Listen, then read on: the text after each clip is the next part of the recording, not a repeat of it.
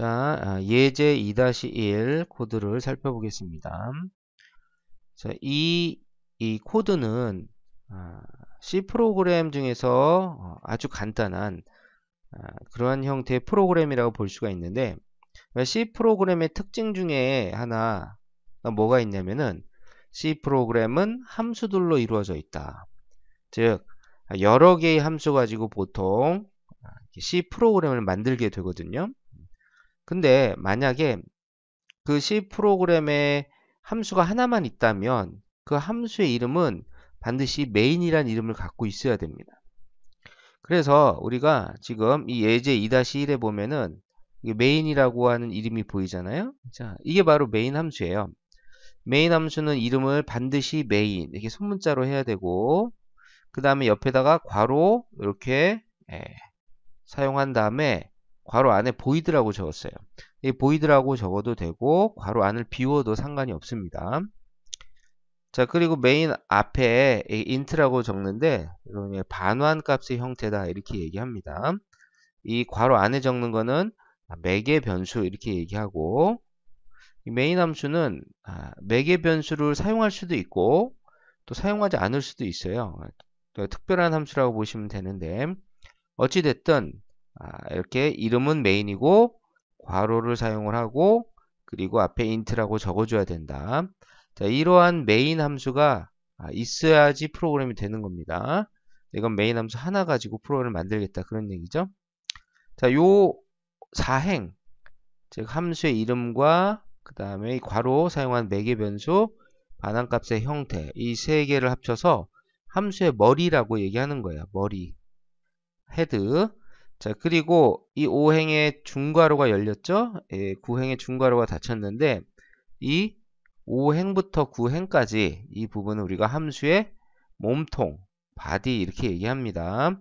그래서 함수의 머리와 함수의 몸통을 합쳐서 전체를 우리가 함수라고 얘기하고, 이렇게 함수를 만드는 것을 함수를 정의한다 이렇게 얘기하는 거죠. 자, 그래서 만약에 C 프로그램이 하나의 함수로 만들어진다면 그 함수는 반드시 메인이라는 이름을 가져야 되고 함수를 정의함으로써 프로그램을 만든다 이렇게 생각하시면 될 것 같습니다. 자, 그래서 우리가 당분간은 두 개 이상의 함수로 프로그램을 만들지 않을 거예요. 하나 가지고 만들기도 벅찹니다. 그래서 당분간은 이렇게 main이라는 함수를 가지고 계속해서 프로그램을 만들고 또 우리가 실행시켜보고 그럴 텐데 따라서 이렇게 메인 함수를 항상 이렇게 똑같이 만들어 주시면 돼요. 그죠? 이게 정확히 어떤 의미를 갖는지는 함수 파트가 가지고 자세하게 나옵니다. 그러니까 당분간은 메인이라는 함수가 있어야 되는구나, C 프로그램에는. 자, 그리고 그 메인 함수는 이렇게 머리를 만들고 그 다음에 중괄호를 열었다 닫아주면 되는구나, 요 정도만 생각하고 넘어가도 됩니다. 더 자세한 거는 함수 가서 배우면 되는 거니까. 자, 그리고 이제 실제로 우리가 프로그램이라고 하는 건 명령들의 집합이잖아요. 뭘 하고 다음에 뭘 하고 이렇게 내가 해야 될 일을 순서대로 나열해 놓은 것, 이걸 프로그램이라고 하니까 실제 내가 작성할 프로그램이 어떤 기능을 수행할지 그 기능을 수행하기 위해서 필요한 명령들을 이 몸통 안에다가 중괄호 안에다가 하나씩 하나씩 써주면 되는 겁니다. 그 하나씩 하나씩 써주는 그걸 우리가 문장이라고 해요. 문장. 그래서 결국에는 문장을 쭉 적어주면 되는 거죠. 그 문장은 어떻게 구분을 하냐면 이렇게 끝에 보면은 세미콜론이 붙어 있어요. 여기 문장이 끝났다 그런 얘기입니다. 딱 보면은 10과 20을 더해라 그런 얘기잖아요. 그죠?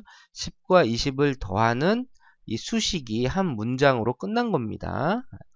자, 그 다음에 여기도 세미콜론 있잖아요. 요거 콜론이 아니고 세미콜론이에요. 자, 여기 세미콜론 있으니까 이것도 하나의 문장이 되는 겁니다. 자, 이 return zero라고 하는 거는 메인 함수가 가지고 있는 명령들을, 즉 문장들을 위에서 아래로 차례로 수행을 하다가 마지막에 return zero를 만나면 이거는 실행을 끝내겠다. 즉 메인 함수의 명령들을 다 수행을 하고 그 다음에 프로그램을 끝내겠다 라는 그런 뜻으로 이렇게 return zero를 적어줍니다. 이것도 정확한 의미는 함수 부분에 가서 배울 텐데 당장에는 메인 함수에서 맨 끝에 return zero 이거 알파벳 O 아니에요. 숫자 0입니다.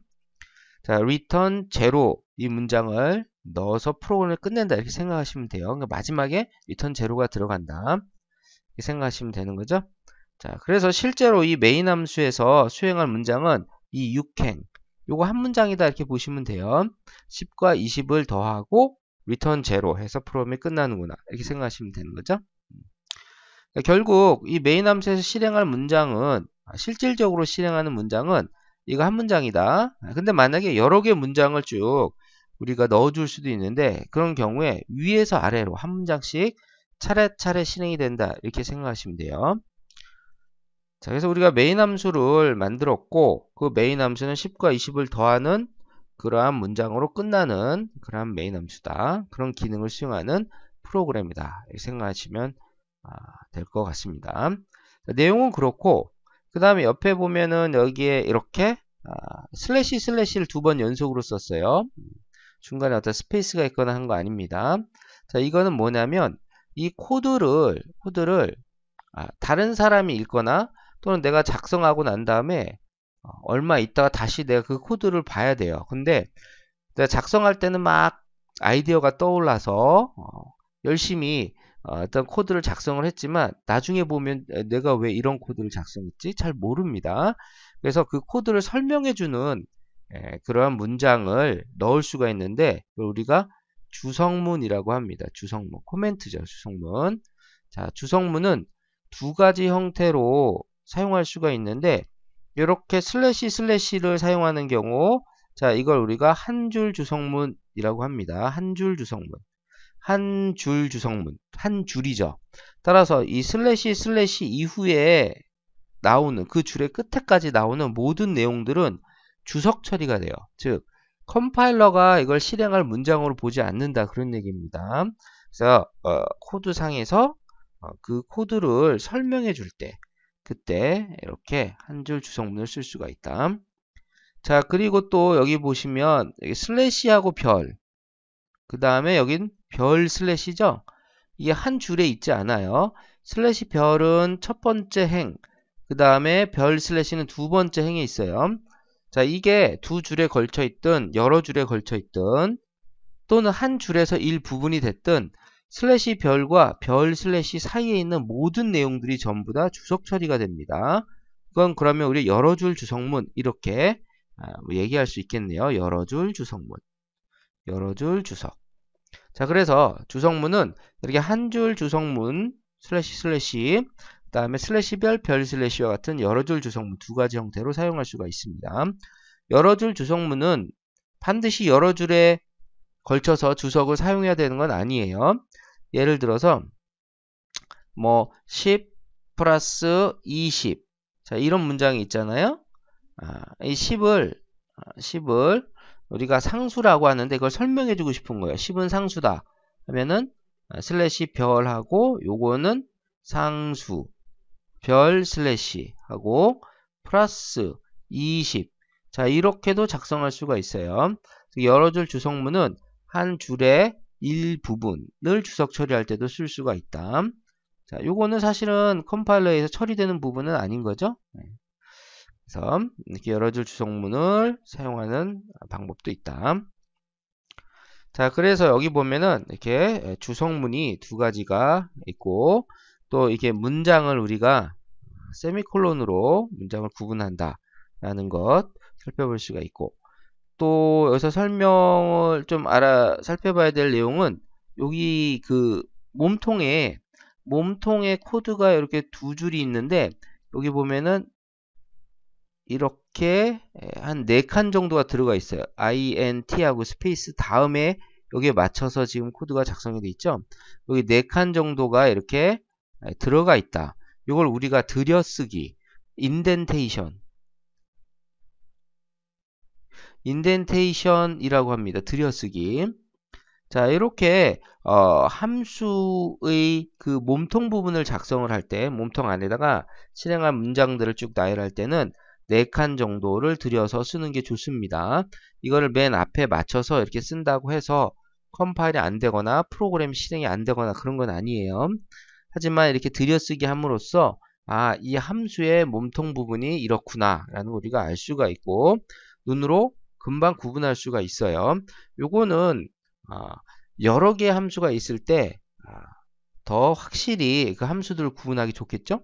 그리고 하나의 함수에서도 나중에 배우겠지만 들여쓰기를 여러 층에 걸쳐서 이렇게 하는 경우가 있습니다. 제어문 같은 경우에 그런 경우도 다 눈에 쉽게 우리가 들어올 수 있도록 해서 코드를 정리하기 위한 그런 뜻입니다.